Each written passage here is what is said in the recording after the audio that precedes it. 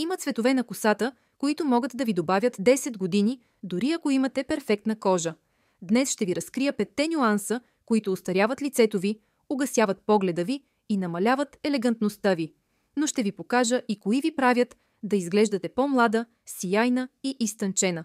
И внимание, защото грешката номер 1 я виждам постоянно и тя е тази, която най-много разрушава образа, дори при жени с много добър стил. Останете до края, ако искате косата ви да стане най-добрият съюзник, за да изглеждате по-млада, без операции или филтри. Нюанс номер 5 – синьо-черно или дълбоко черно. Случвало ли ви се да се погледнете в огледалото и да осъзнаете, че въпреки че косата ви е перфектно подредена, нещо в лицето ви вече не свети както преди, кралице? Възможно е цветът на косата ви да играе против вас, вместо да подчертае красотата ви. Синьо-черното или дълбокото черно може да бъде елегантен и привлекателен тон, но с течение на годините този цвят може да създаде твърде силен контраст с вашата зряла кожа, подчертавайки мимическите бръчки, тъмните кръгове под очите и придавайки на лицето по-твърд и остарял вид. Когато косата е много тъмен черен цвят, тя генерира агресивен контраст с кожата, която се е омекотила с времето. Тази липса на хармония между тона на косата и лице, моделирано от годините, може да направи чертите да изглеждат по-твърди и в някои случаи дори успява да подчертае всеки признак на умора или стареене. Освен това, черното може да бъде много неизгодно, ако не се поддържа със сияние и в перфектно състояние, защото може да спре естественото сияние, което има лицето ви. Алтернативата, ако обичате да имате тъмна коса, но искате да избегнете ефектите, които черното може да причини, препоръчвам ви да изберете по-топли и по-малко контрастни тонове. Тъмно кафяво, шоколадово или средно кафяво са перфектни за смекчаване на този силен контраст между лицето ви и косата ви, дори тъмен махагон, ако желаете да добавите топлина. Средно кестеняво, идеално за запазване на тъмен тон, без твърдостта на черното. Тъмен махагон – опция, която запазва дълбочината, но без твърдостта. Въпреки че дълбокото черно винаги е било синоним на елегантност, то има тенденция да създава по-твърд вид и остарява лицето, като генерира силен контраст, който подчертава мимическите бръчки. По-топлите кафяви тонове, от друга страна, смекчават контраста и носят свежест на лицето, озаряват го и подчертават естествеността на зрялата ви кожа. Не забравяйте, не става въпрос да изоставите любимия си цвят, а да го коригирате леко, така че косата и лицето ви да работят заедно в хармония, давайки ви по-свеж и млад вид. Харесват ли ви тези съвети? Тогава се възползвайте от моето ръководство по-елегантна от всякога. Пълен гид за обновяване на вашия образ. Линкът е в описанието. Нюанс номер 4 – платинено или много светло русо. Сега нека говорим с пълна откровеност. Кралице, през годините всички сме използвали руса на някакъв момент в живота си, но с течение на десетилетията осъзнахме, че определени нюанси вече не ни подхождат както преди. Въпреки че платиненото русо е блестящ, модерен и пълен с характер цвят, може да бъде труден за поддържане тон и с времето може да не е толкова благоприятен, колкото беше. С остаряването кожата ни се променя, омеква и губи от естествения си контраст. Платиненото русо, когато няма правилния нюанс или необходимия контраст, може да направи лицето ви да изглежда матово, безжизнено и до някъде уморено. Освен това, платиненото има тенденция да подчертава бръчките и несъвършенствата, което не е ефектът, който искаме. Защо се случва това? Платиненото русо, като толкова светъл цвят и без никакъв тип нюанс, може да създаде впечатление, че лицето изглежда плоско или без енергия. Освен това, тъй като този тон отразява светлината толкова интензивно, може да направи всяко несъвършенство или признак на стареене на кожата да се забелязва повече. Също така, поддържането на толкова светло русо изисква много усилия, защото има тенденция да избледнява бързо и може да стане матово, ако не се поддържа правилно. Алтернативите. Ако обичате руса, но не искате лицето ви да загуби свежестта си, препоръчвам ви да изберете по-топли и естествени тонове. Медено русо, златно русо или шампанско русо са отлични опции за зряла кожа. Тези тонове не само отразяват светлината по по-мек и естествен начин, но и носят топлина на лицето, правейки кожата ви да изглежда по-светла и здрава. Освен това, са по-лесни за поддържане и по-малко вредни за косата. Друга опция би била да изберете средно русо или тъмно русо, които не само носят светлина, но и усещане за мекота и свежест, което много добре допълва тоновете на зрялата кожа. Тези тонове също предлагат по-хармоничен преход с корените, което улеснява поддръжката, защото не става въпрос само за тона, а за това какво говори за вас. Нюанс номер 3. Ярки червени. Преди 30 години мислехме, че червеното ни прави да изглеждаме чувствени, млади и дори привлекателни. Ярките червени, тонове като череша червено или бордо, могат да бъдат неустоими и пълни с енергия.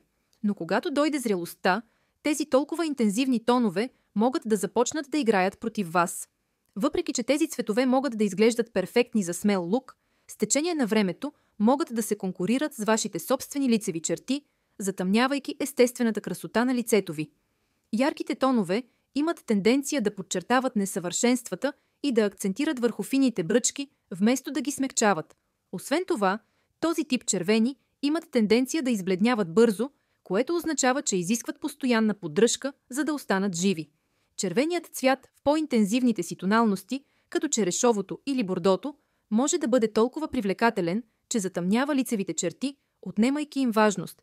Този тип цветове, макар и впечатляващи, не винаги благоприятстват зрялата кожа, защото могат да направят лицето да изглежда по-уморено или твърдо. Освен това, ярките червени обикновено избледняват бързо, което означава, че ще имате нужда от редовни ретуши, за да ги поддържате добре, което може да бъде ненужно усилие. Решението. Ако обичате червените тонове, но търсите нещо по-меко и по-благоприятно за зрялата кожа, препоръчвам ви да изберете меко медно, кафяво, с топли отблясъци или златисто червеникаво. Тези тонове носят топла светлина на лицето, без да го претоварват. Медните и топлите тонове са идеални, защото допълват зрялата кожа естествено, без да подчертават несъвършенствата. Освен това, кафяво-червеникавото или земисто-червеното също са отлични опции, защото запазват топлината на червеното, но с много по-фин и елегантен нюанс, който не се конкурира с чертите на лицето ви. Други опции за вас, кралице, ако искате да запазите елегантността, биха могли да бъдат меко медно, дава естествена топлина, хармонизирайки с чертите и зрялата кожа. Или дори кафяво с топли отблясъци, перфектно за добавяне на топла нота, без да е толкова драматично, колкото интензивното червено. Не забравяйте, не само ще ви дадат свеж и млад вид, но ще бъдат и лесни за поддържане и много по-хармонични с зрялата кожа. Нюанс номер 2. Изкуствено сиво или тъмен графит. Сивото. И не говоря за вашите красиви бели коси. Имам предвид изкуственото или тъмен графит, който се е превърнал в много популярен цвят, особено сред тези, които искат да направят бързо преминаване към вида на белите коси в салоните за красота. Обаче, когато този цвят се носи по твърде тъмен или изкуствен начин, може да накара косата ви да загуби живот и свежест, намалявайки светлината на лицето. Въпреки че сивото е елегантен цвят, теоретично, когато се носи в твърде тъмни тонове, може да даде на лицето твърд и тежък вид. Тъмно-сивите или графитени тонове, макар и модерни, често не благоприятстват мекотата и светлината, които искаме в зрялата кожа. Тъмно-сивите тонове имат тенденция да поглъщат светлината, създавайки липса на естествено сияние. Това може да направи лицето да изглежда по-матово и безжизнено, особено ако кожата е загубила част от жизнеността си с времето. Освен това, тъмното сиво, макар и елегантно, може да направи чертите да изглеждат по-твърди и може да намали мекотата на лицето. Липсата на отразена светлина може също да направи всеки признак на стареене или несъвършенство по-видим. Размисли върху белите коси. Спирали ли сте се някога да помислите, че белите коси са истинско отражение на вашата история? Всяка бяла косъмка разказва преживян опит, история, която ви е довела да бъдете мъдрата и силна жена, която сте днес. Въпреки че често се чувстваме притиснати да ги скриваме, истината е, че белите коси могат да бъдат една от най-красивите и силни ни характеристики, ако ги приемем с любов. С времето косата се променя и когато белите коси започнат да се появяват, мнозина от нас обхваща страх, че губим младостта си или че изглеждаме по-възрастни. Но реалността е, че белите коси могат да подчертаят красотата ви по елегантен, изтънчен и уникален начин, особено ако решите да не ги крие, а да ги прегърнете с гордост. Белите коси са живо доказателство, че сте извървели път, пълен с учене и преживявания, които са ви оформили. Въпреки че боядисването в сиво е опция, по-добре е да позволите на косата си да стане бяла естествено или да еволюира в стил, сол и пипер. Тези цветове Не само имат по-естествен и хармоничен вид, но са и по-благоприятни. Стъпката към естествено бяло или сол и пипер е много по-мек процес от боядисването на косата в изкуствено сиво. Естествените сиви дават нотка на елегантна зрялост, докато изкуствените могат да направят косата ви да изглежда по-твърда, с по-малко живот и по-малко свеж завършек. Понякога, колкото повече боядисваме косата, толкова повече остаряваме душата. Нюанс номер 1. Плоска коса без нюанси. Осъзнали ли сте някога, че прясно боядисаната ви коса, когато е напълно плоска и без нюанси, изглежда безжизнена? Солиден и еднороден цвят може да изглежда като проста и практична опция, но без подходяща дълбочина може да направи косата ви да изглежда матова, тежка и без движение. Когато няма нюанси, отблясъци или фини светлини, косата губи жизненост и свежест, което може да направи лицето ви да изглежда матово и монотонно. Освен това, без измерението, което дават отблясъците, косата може да изглежда статична и без енергия. Косата без нюанси има тенденция да дава усещане за тежест, защото няма дълбочина или движение. Този плосък ефект може да накара лицето да изглежда по-остаряло и без светлина. Освен това, напълно еднородната коса може да подчертае несъвършенствата и чертите могат да загубят естествената си дефиниция. Без играта на светлини и сенки, която донасят отблясъците, цветът на косата може да направи целия ансамбъл да изглежда по-твърд и малко динамичен. Моят съвет – ключът е в добавянето на меки отблясъци, дискретни светлини или нюанси, които носят дълбочина и измерение. Фините отблясъци могат да дадат движение на косата, правейки я да изглежда по-лека и с повече обем. Например, кафяво с топли отблясъци, тъмно русо с златни нюанси или дори тъмно-червено с медни отблясъци могат да донесат много повече динамика на косата ви, без да загубите естествеността. Тези нюанси не само добавят свежест, но и смекчават мимическите бръчки, предлагайки по-млад вид. В зависимост от основния цвят на косата ви, можете да изберете отблясъци в по-светли тонове. Въпреки че чувствате, че маркираните осветявания не са за вас, хайлайтите или фините кичури са отлична опция за създаване на по-динамичен лук, без радикално да променяте основния цвят. За разлика от големите отблясъци, хайлайтите са малки секции коса, леко осветлени в цвета, които носят светлина, без да променят базата. Този тип оцветяване е перфектен за вдъхване на живот на еднороден тон коса и най-хубавото е, че изглежда невероятно с вашата естествена база от бели коси. Други опции. Ако все пак предпочитате да запазите солиден цвят, уверете се, че избирате тон, който има малка вариация в базата си. Това ще предотврати косата ви да изглежда плоска и безжизнена. Топли тъмни кафяви с няколко меки светлини могат да създадат илюзията за по-пълна и динамична коса. Дори тъмно-червените тонове, но с медни отблясъци. Солидният цвят на косата понякога може да изглежда плосък и безжизнен, което прави липсата на сияние още по-забележима.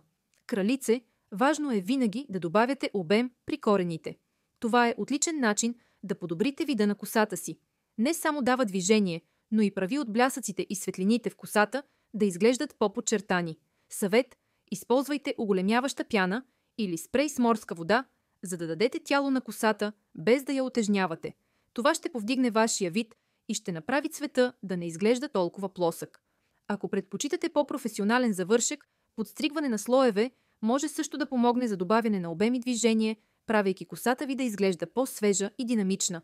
С тези детайли косата ви ще има движението и свежестта, от които се нуждаете, за да подмладите вида си, без да загубите своята същност. Заключение. Ако сте стигнали до тук, напишете в коментарите «Уникална и специална съм», за да разбера, че сте част от общността на жените, които светят със собствена светлина. Това, което научихте днес, е само началото. Моето ръководство, по-елегантна от всякога, ще ви научи как да се обличате според тялото си, как да избирате най-добрите си цветове и много други. Линкът е в описанието и само първите, които го купят, ще го получат с цялото ексклузивно съдържание, защото вие заслужавате да изглеждате като кралица.